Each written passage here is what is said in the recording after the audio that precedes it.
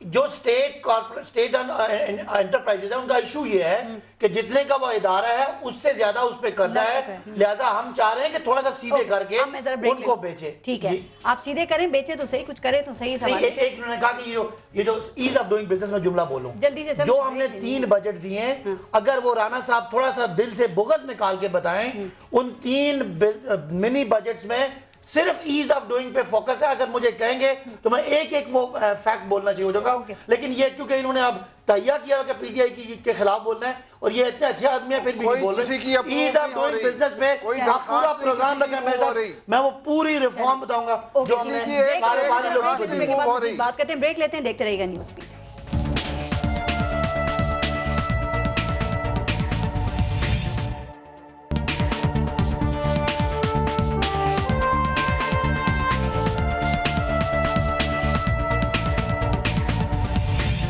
اچھا فاروق سلیم صاحب، ابھی ہم اس سے پہلے مہنگائی اور معاشی صورتحال کے حوالے سے بات کر رہے تھے نا، لیکن یہ جو ابھی IRI کا سروے آیا ہے اس کے مطابق تو جو گورنمنٹ کی ریٹنگ ہے وہ 57% ہے.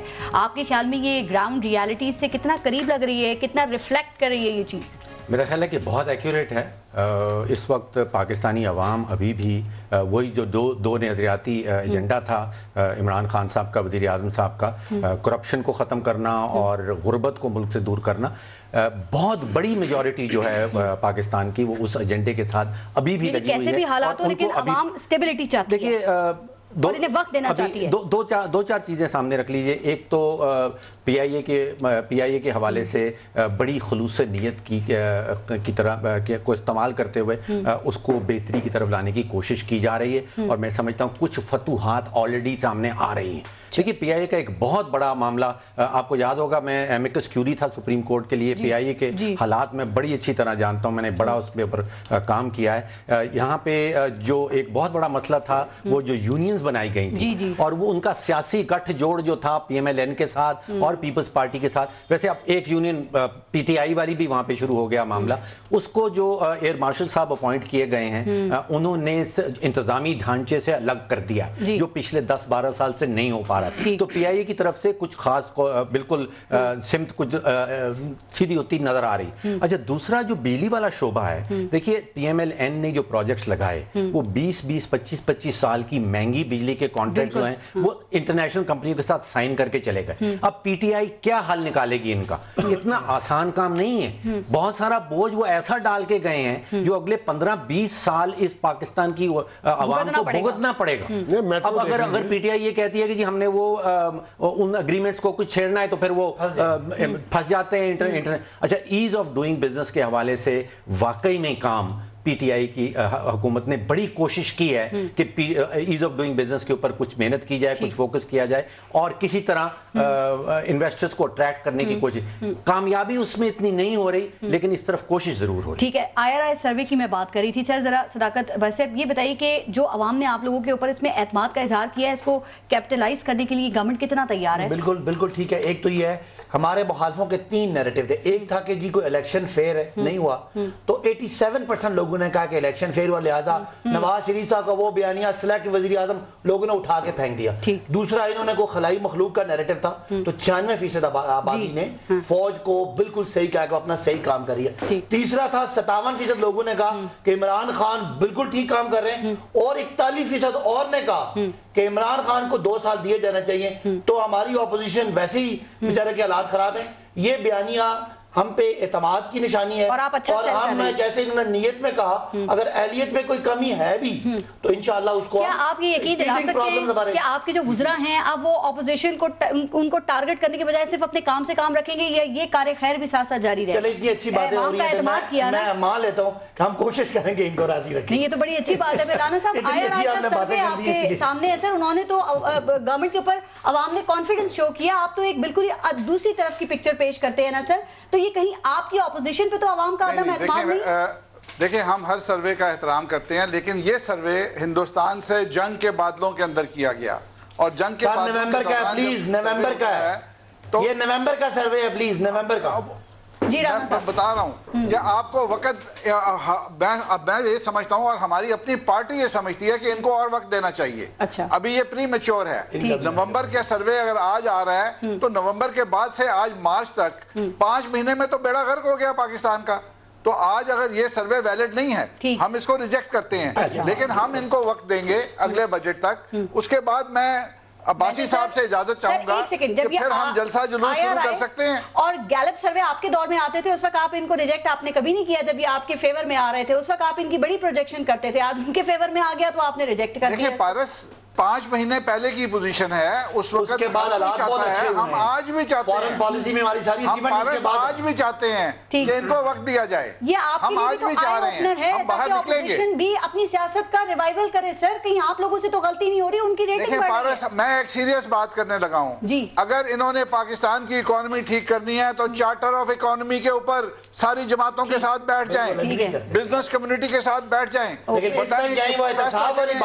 مل کے ڈیم کیسے بنائیں گے. ٹھیک ہے سب چارٹر نہ ہو تو ہمیں بالکل کوئی اعتراض نہیں. اچھا سر، یہ جو سروے ہے رائٹ رانا صاحب، یہ جو سروے آیا ہے کتنا خوشائند ہے آپ کے خیال میں، اور یہ کیا وہ فیل گڈ فیکٹر دے سکتا ہے جس کی بنیاد پہ یہ گورنمنٹ بڑے اور کڑے فیصلے کر سکے؟ پارس یہ سروے، میں اس سروے کو اس لیے بلیو کرتا ہوں کہ میرا پہلے سے یہ بلیو تھا کہ کوئی بڑا فری اینڈ فیئر الیکشن ہوا، اس میں کوئی گھپلا نہیں تھا. یہ نون لیگ کا یا کسی اور کا نیریٹو ہو سکتا تھا، خلائی مخلوق سلیکٹڈ کہنے میں ان کی ایک وجہ ہو سکتی تھی. یہ خود بھی اسی طریقے سے بہت بار گورنمنٹ میں آئے ہیں جو ان کے ذہن میں تھا.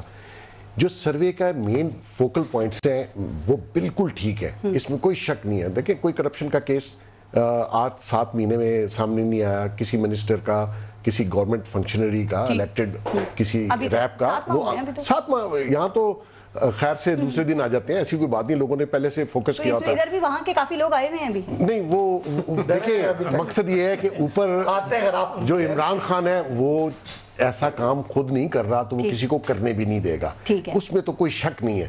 بات یہ ہو رہی ہے کہ ایک ہی مسئلہ اس ملک کا اس وقت وہ معیشت کا ہے. معیشت اگر آپ ٹھیک نہیں کرتے یہ سروے ریلیونٹ نہیں رہیں گے، کیونکہ عوام کو آپ نے سہولت دینی ہے، بزنس مینوں کو کانفیڈنس دینا ہے، کاروبار چلے گا، گورنمنٹ کو ٹیکس ملے گا.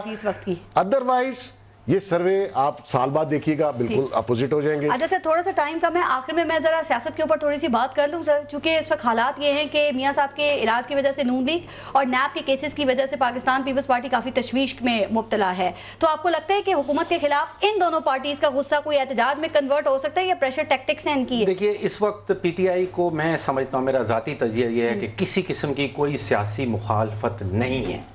جتنی بھی سیاسی مخالفت ہے یا مخالف پارٹی کے جو لیڈران ہیں وہ اپنے اپنے کرپشن کیسز میں پھنسے ہوئے ہیں اور ان کا 90-95% ٹائم ادھر گزر جاتا ہے. اس وقت فیلڈ بلہ پی ٹی آئی کے ہاتھ میں ہے اور فیلڈ میں کوئی فیلڈر نہیں ہے.